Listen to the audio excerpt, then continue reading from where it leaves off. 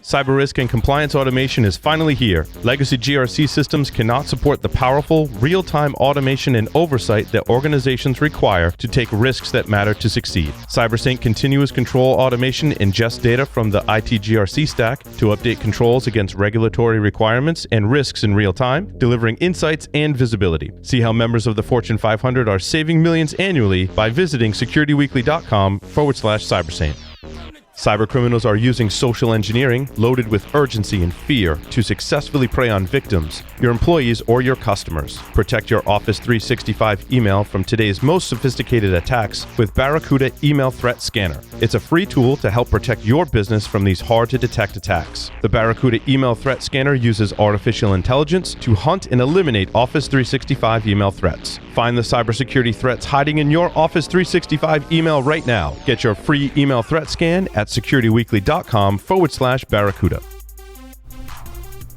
Welcome back to Business Security Weekly. I'm Adrian Sanabria, standing in for Matt Alderman, and I am joined by Jason Albuquerque and Josh Marpet.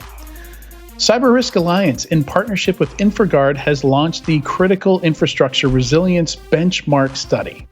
Measure your readiness for ransomware by completing the survey and getting your score. Visit securityweekly.com/CIRB to take the survey. Would be very interested to see the results of that.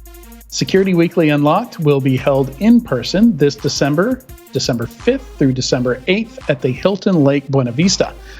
We are super excited to announce our first round of speakers, and some of these are keynote speakers.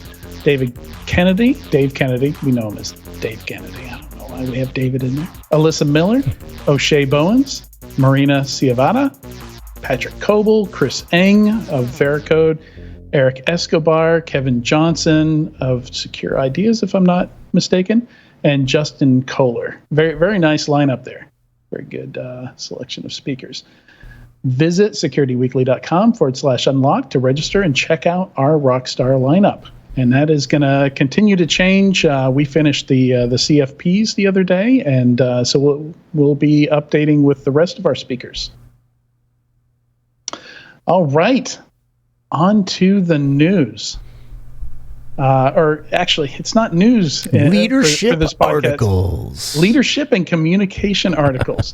Now, as I was mentioning during the break to the folks here, Matt does this really slick job of usually connecting all these articles in some way. I wasn't quite as good at doing that. You know, there's definitely some that are interrelated, but some aren't. So you have to forgive me for that. Matt will be back next week. Don't hate me. So the first one here I thought was interesting because it's it's one of these listicle articles. 10 security tools all remote employees should have. And I found it interesting. I'm not sure if they were just struggling to find something to fill out the 10 there, but it seems like it's a mix between personal stuff. Like it was kind of weird seeing digital wallets as number 2 on there. Yeah. Okay. But certainly, like they're speaking from an enterprise perspective here. And the more I thought about it, the more I thought, you know what? That's actually kind of appropriate because those lines are all blurred now, and why shouldn't your day job help train you on how to keep your own stuff safe? 100%, and that's something that that I made sure within the culture of organizations that I'm at. A lot of the cybersecurity awareness trainings and communications and things of that nature, many times were on a more personal level, because my thought process was, if folks are going to be cognizant at home, right, and really start looking at cyber hygiene and cybersecurity best practices and securing their home life, that's gonna bleed into the job, right? That's gonna bleed into their day to day. So why not, have that kind of bleed over into personal life? Why not? Absolutely. I mean, we're helping our employees no matter what, right? We're giving them good techniques and tools to use, and if any of that best practice bleeds into work life, good on us. Yeah, exactly. Because, we talk about training employees, and it really doesn't make sense to, draw a cutoff between work stuff and home stuff anymore. It's just too interconnected. Like we're going to put the MFA app on their phone, and we want them to look at their email on their phone, but we're just going to ignore the rest of the phone. Right. It doesn't make sense. Yeah, just good cybersecurity practices apply to everything. 100%. And again, I think giving folks the tools that they can use in their personal life will only help in the business world. I have a horrible joke about cybersecurity applies to everything. A friend of mine on Facebook made a joke, basically the jokes of yesteryear about, sex and cybersecurity. It was something about wetware and 2FA. Anyway.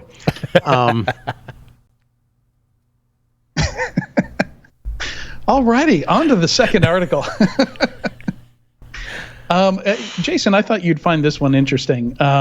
It was a bit muddled in I had a little trouble figuring this out, but a pretty big survey. I mean, it's not common that we see, thousands of respondents in surveys, and we've got two of those that we're going to be talking about today. And this one, over 3,000 respondents to it, and I think it was interesting, just basically talking about where the CISO lies in the organization, or whether or not there's even a CISO. It sounds like in some cases they're talking about security teams without a security leader reporting directly to the CIO.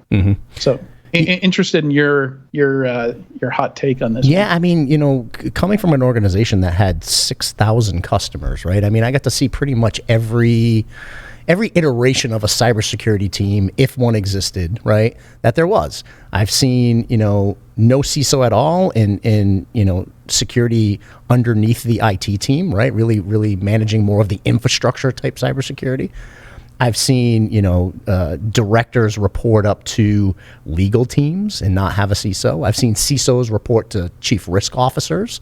And then I've seen, CISOs report to directly to a CEO. So, I mean, I've seen every iteration.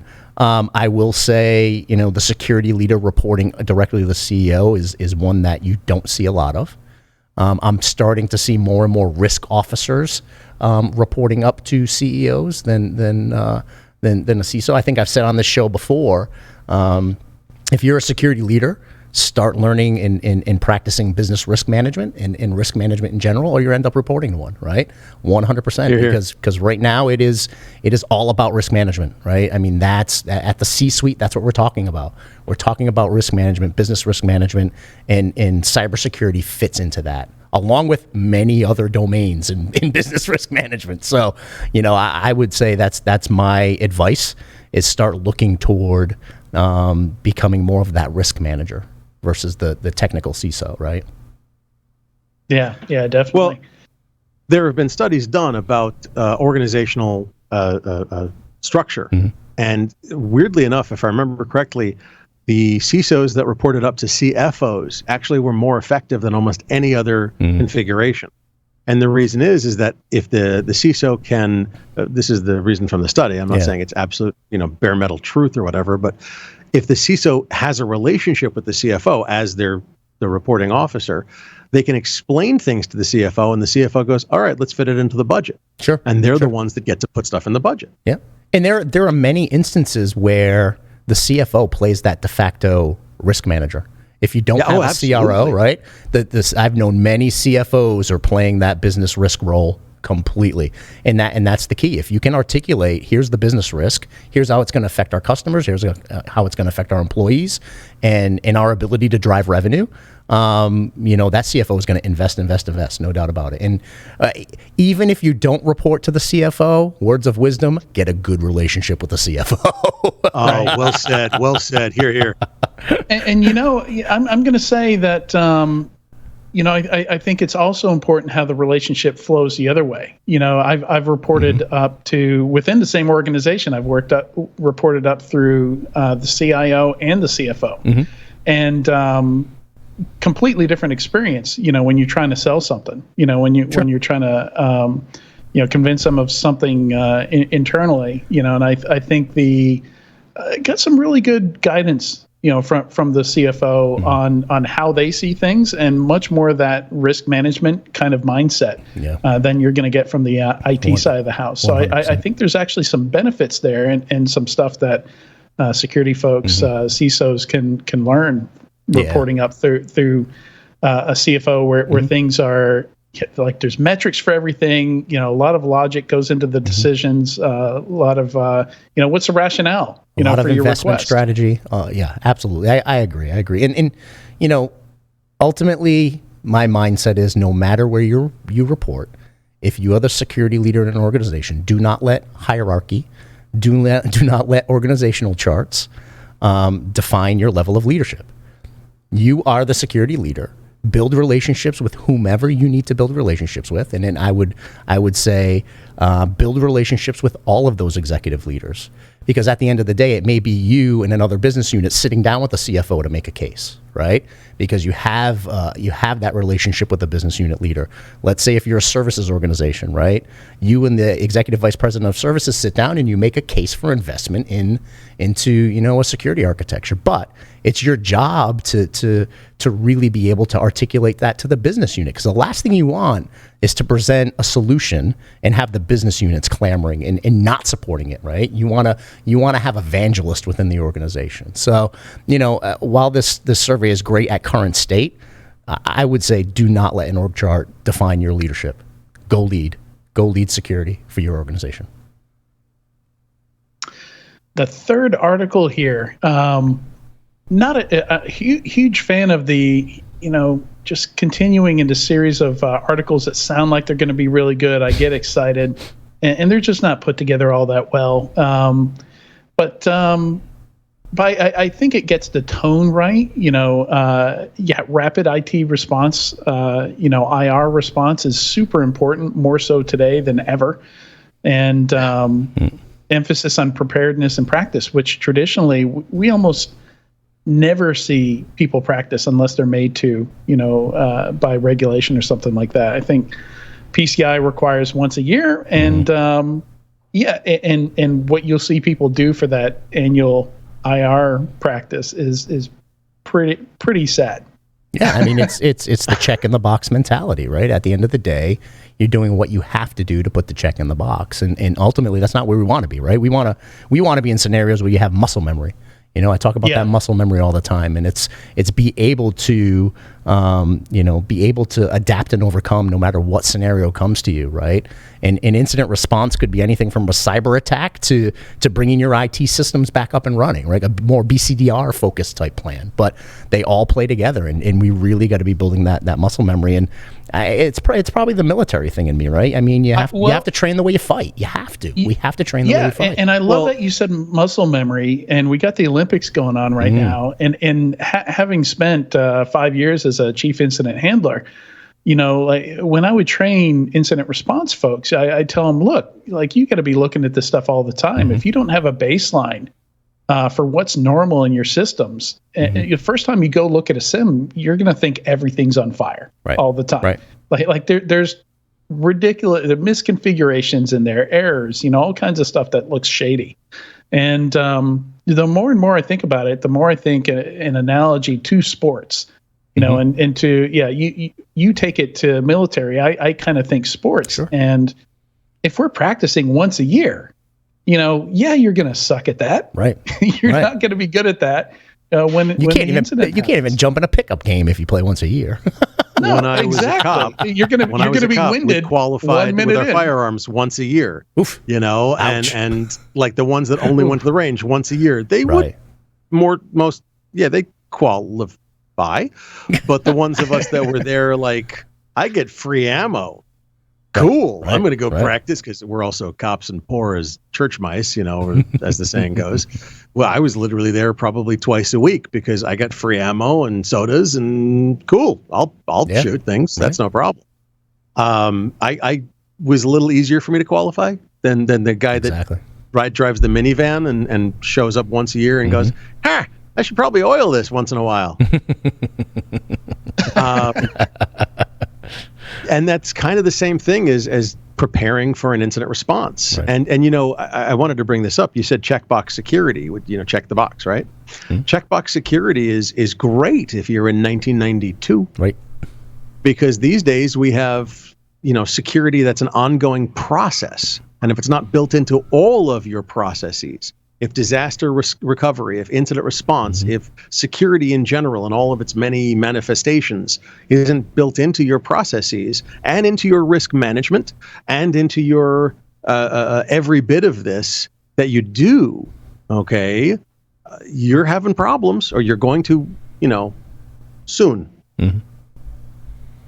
So I punted on this article and, basically said, well, instead, there's this post on LinkedIn that I found really interesting.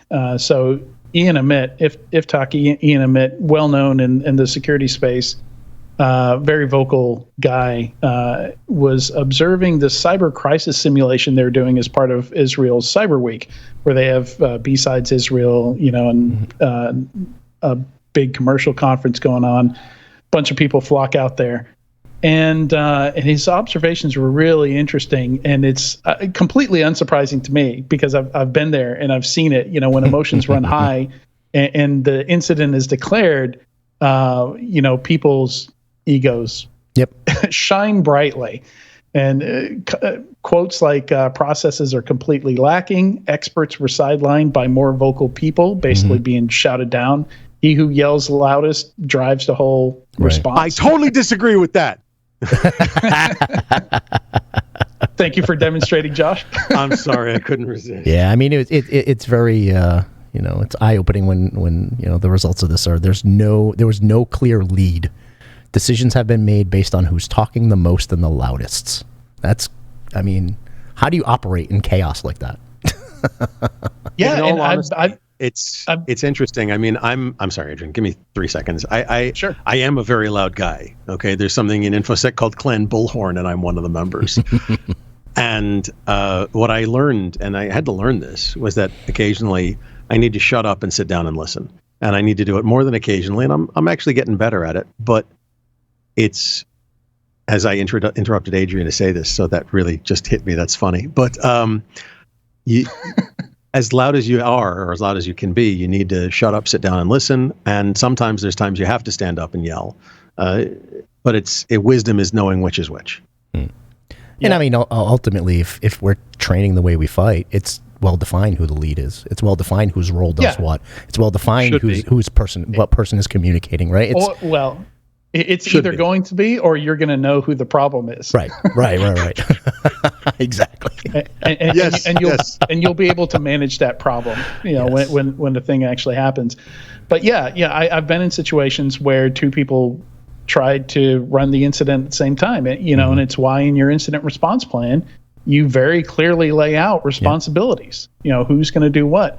I've been in cases where none of us could get our queries to finish in the SIM, because like three of us were all running the same big query at the same time. And the system was having to split resources between us idiots, all had the same thought at the same time. It was a good thought, but, we weren't communicating well. Right. So we didn't communicate the fact that we're all trying to investigate the same thing at the same time. Mm-hmm. Yeah, no, I've mentioned it before, and one of the things I think, during my early career that benefited me was dealing with emergency management organizations in the public sector, right? Their emergency response is to the T, right? If you're dealing with the National Guard and you're dealing with the state and they're in FEMA and they're in an emergency response type activity, that diligence in that type of response process, that really helped me in IR and helping define it, right? So it's one of those things that you kind of take some skills from the past and bring them to your new life. That helped me a lot. If you look at some of those emergency management protocols, they fit in well. Yeah, I'm totally impressed. When I went to get vaccinated, the National Guard was running it, and that was my first experience with them. And we didn't even have to get out of our cars. We just rolled down the window, rolled up our sleeve, and I was in and out of there in I swear 90 seconds when I did one of them. It was insane. So a lot of respect there for how well they can run stuff. And we don't necessarily need to get to that level in every organization, but certainly better than where we are. Mm-hmm. So speaking about how we're doing with stuff, I thought this State of Cybersecurity in 2021 survey, they surveyed over 2,700 people, basically like where are we now that we're getting hit so hard with ransomware and other supply chain threats and other stuff, and like, how are we going to fix this? How are we going to do better? And I was less than impressed with the results. Basically, TLDR, what we're doing now, but more, was kind of the response that came out of the survey. Which to me isn't that defining insanity? Totally. Yeah. Yeah. I mean, the problem is it's an arms race. Everything we do gets countered by the opposing force. So we should just do more of it, because really it's hard to think of what's the next revolution. Yeah, I mean, and nobody really wants to be first. I'm not saying nobody needs more products or needs to buy more things to round out their product portfolio, but I am going to say you should probably also spend some time on process and practice, like we were saying earlier. Like, to me, when I analyze, when I do postmortems on breaches, every single time, 90% plus are process failures, process and people failures, the kind of stuff that you solve by making sure things are configured correctly, making sure people know what their job is and what to do and how to do it. Yeah. Yeah, and I would also say, I mean, we've talked about this before, Adrian, is the adoption of the technologies is a struggle these days too, right? Because you can go out there and buy whatever magic quadrant, best of breed, whatever, and slap it in your network and have 50 of those, right? But when you're not adopting the technology, what good does it do, right? So we've had the conversations of, we're probably better off getting platforms that integrate better. Maybe it's an ecosystem of products, right, that allow you to give you the context, allow the employees and the staff to adopt it at the highest levels possible, and really get value out of these tools, right? 60 security tools within your organization that are all siloed and don't talk to each other do us no good. They create noise. Huge overhead. They create a lot of work, and they create a lot of data for our folks to manage, right? And managing 20% of those platforms, it brings no value. So, it's process, it's procedure, it's policies, and it's leveraging the tools you have or getting better tools that better integrate. You mean an ounce of prevention is worth a pound of cure? What an idea. Yeah. And I've seen organizations where, one of the security leaders just has this tight relationship with their reseller, or a vendor or something like that, and it's almost a social thing. Like, they really want to bring on the product, they get a good relationship with them. Maybe they even invested in the company. But they're not thinking about, like, who are they going to sideline to get this thing up and running, and to maintain it, and what are they doing right now that you're going to sideline to do that? Are you willing to hire more people to bring on this, this tool? Maybe you got the budget for the tool, but not for the people to run it. Like, right. I just, I just picture a warehouse full of Lamborghinis when what you really need is a train. You need a train to haul shit, right? But instead you went out and you bought a Maserati, a Lamborghini, and a Ferrari, and you stick it in a warehouse, right? It's not. Yeah. I mean, you get all these nice shiny things that are on the Magic Quadrant, but are they doing any good for you? Are they actually doing what they're meant to be doing for your organization? I needed a train. Hey, nobody gets fired for buying a Lambo. Are we sure about that? Yeah. Hey, damn it! I'm going to stake my curtain. No, just kidding. Oh man, I've got a story that I'm not going to share that just hit very close to home. All right. The warehouse. Well, when we break, you can tell it in private. Yeah. If we go have a beer, any of our listeners, if we ever go go share a beer somewhere, I will share the story. Nice. But not here. All right, moving on.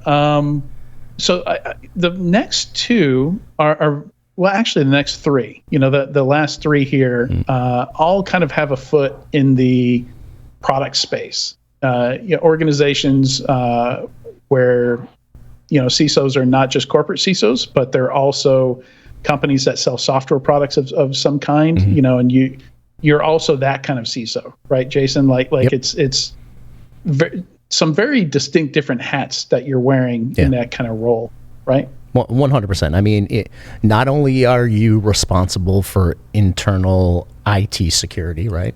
But you're responsible for a lot of customer-facing offers. You're responsible for customer-facing compliance. So me, for example, right, when it's one of those scenarios where we were managing to 18 different authority documents because we had customers who required that for a vendor risk management perspective. So I had, information security and governance risk and compliance, and we had to do that.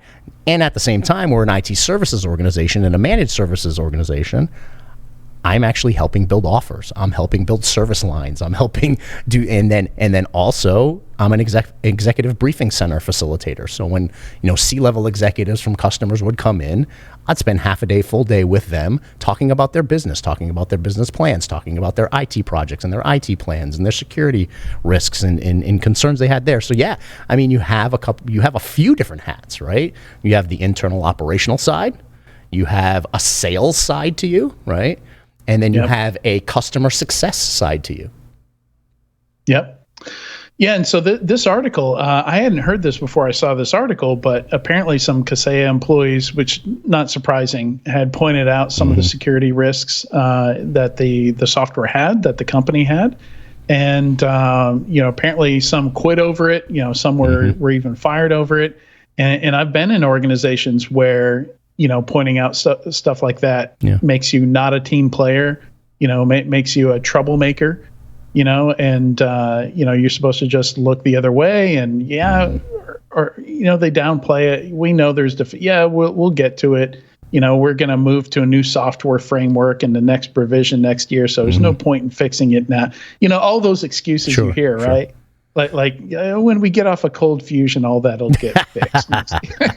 You know what? I'll say if there were folks who worked there who bubbled this up to the top and they met resistance or they were told to look the other way, good on them for leaving the organization, because that's blasphemy in my eyes. So that answers one of my questions for you, which is, what do you do when you're in that position when they don't want to hear it? No, that's utter blasphemy. I mean, honestly, right? I'm cut off the cloth of that. See something, say something. I don't care who you are in the organization. If you're a custodian in the organization and you see something, I want you to say something, 100%. And especially knowing that you have customers at risk, that takes it to a whole other level as well, right? So not only are you affecting your organization, you're affecting all the customers. So. To stomp that out, to sweep that under the rug, that's an organization I would leave quickly, 100%. And then at the end of the day, your gut and your heart is going to say, hey, do I raise this up to a higher authority and say something there? I would say if you know the risk, I mean, look at what happened out of Kaseya, right? I mean, at the end of the day, knowing that level of risk, that's bad mojo, right? So at least we got something to point to, right? Right. Right. Doesn't always help, but it can't hurt saying, that this could be us. Yeah, 100%. And as a security professional within an organization, that's your brand as well, right? I mean, you have a corporate brand, but you also have a personal brand. And I feel very strongly about people's personal brands. And do you want your name on that brand? Yeah. Do your ethics align exactly with the company that you work for? Can you see them sweep that under the rug and feel good cool about yourself in the being morning. on your LinkedIn. Yeah, that's right. That's right. What's this hole here in your resume? Like, I don't want to be asked that. What were you gonna say, Josh? You've got the whistleblower issues as well. Yeah. I mean, you've got people that are like, I started this company because it's a wonderful company, and then all of a sudden I realized the ethics are not good, and I know bad things that are going to hurt people. What do I do? Yeah. And it's something that in InfoSec we don't think about. We're like, we don't run into those things, but we do. We run into situations where data has been lost. We run into situations where data will be lost, where people will die. Okay, our first segment was about OT. Look at the hospitals that got shut down by ransomware that people died because of it. Okay, if we know if we work at a hospital and we realize that they're not testing their restores, they're not testing their backups, they're not doing backups properly, we work through the system and try to get it fixed. But at some point, do we go, screw it, I'm going to law enforcement, I'm going to Health and Human Services and say there's a HIPAA problem? What do? What does our ethical code say? Sure.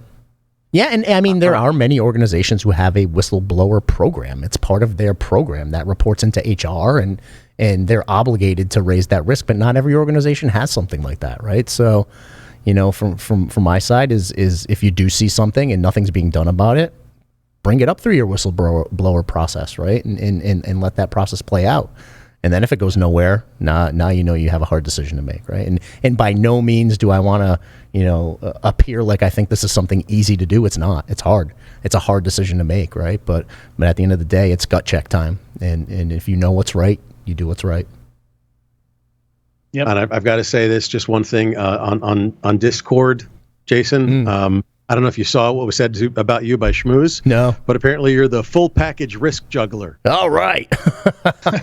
Your new title, sir? Full package risk juggler. I don't know if that's a compliment. I hope it's a compliment. I think it is. I think it's a compliment. Schmooze, I try. No, well, thank you. If it was a compliment, thank you very much. I appreciate that.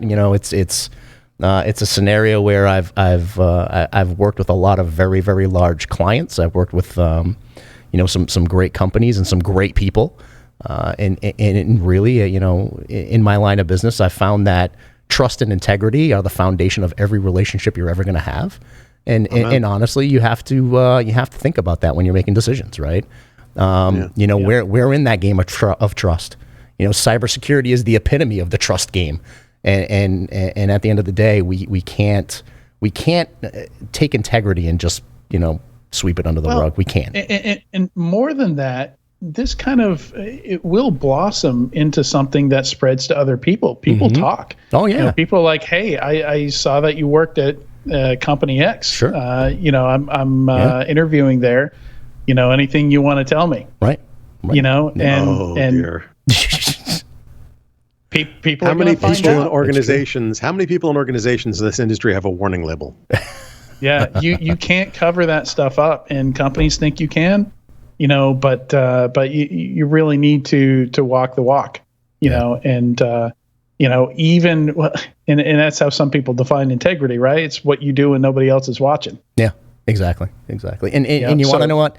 That trust factor when you're building those relationships across the business and with those other business unit leaders, that trust eventually equates to influence. Because when folks trust you, they're going to listen to you and they're going to follow your recommendations.